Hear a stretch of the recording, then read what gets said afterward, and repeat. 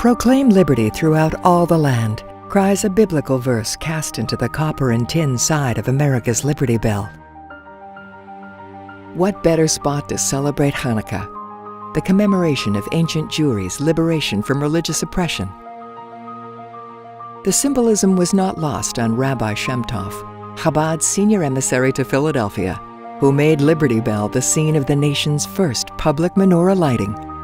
That was Hanukkah of 1974, and Rabbi Shem Tov heeded the revolutionary call issued a year earlier by the Lubavitcher Rebbe, who had urged his followers to take Hanukkah rituals to families, streets, and cities across the nation in a bold campaign to awaken a largely assimilated American Jewry to their rich heritage.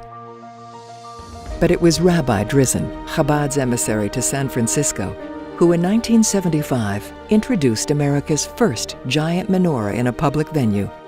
That year, the 9-foot statue of an ancient Greek deity of victory that towers over San Francisco's Union Square was rivaled by a 25-foot, 8-branch symbol of Jewish victory over the ancient Greeks.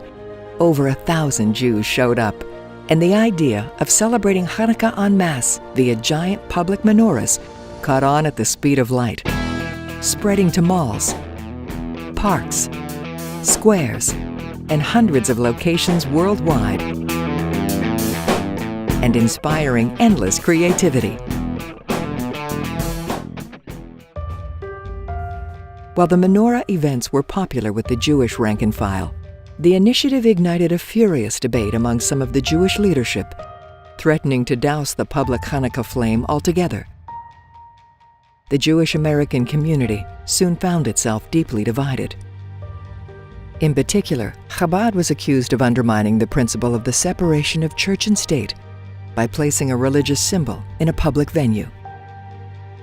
The clause in the First Amendment that dealt with no establishment. Congress shall make no law respecting an establishment of religion, and they said that means no state religion or state involvement in religion. Now we saw a shift, and people said, wait a minute, there's also another clause, and that clause says, or prohibiting the free exercise thereof. The menorah was dragged from one courtroom to the next, and was struck down in cities in Vermont, Chicago, Iowa, Georgia, New York, and elsewhere, while being simultaneously upheld in other localities. Nat Lewin, one of America's foremost attorneys, was the star of the legal struggle in support of the public menorah. Well, the legal challenges really began in 1987 and 88. When the ACLU, the American Civil Liberties Union, the American Jewish Congress, the American Jewish Committee, and various other civil liberties organizations decided that they were going to challenge the menorah being put up. It quickly became clear that the Hanukkah display disproportionately upset Jewish rather than non-Jewish Americans. It was a major disaster if we came before a Jewish judge, because the Jewish judges ruled against the menorah. Chabad's public menorah even cast its glow in the United States Supreme Court.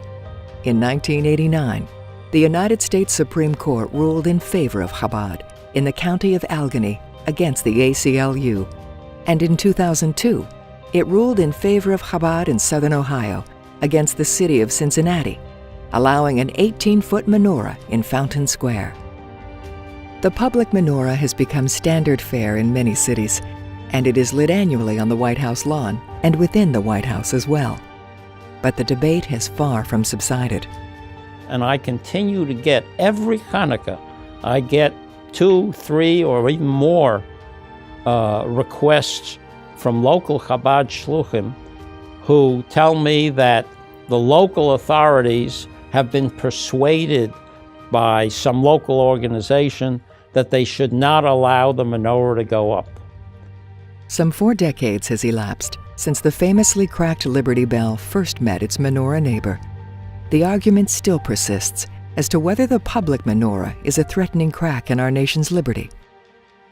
But what is so threatening about a menorah proclaiming the festival of light on a street corner? Could there be more to this debate?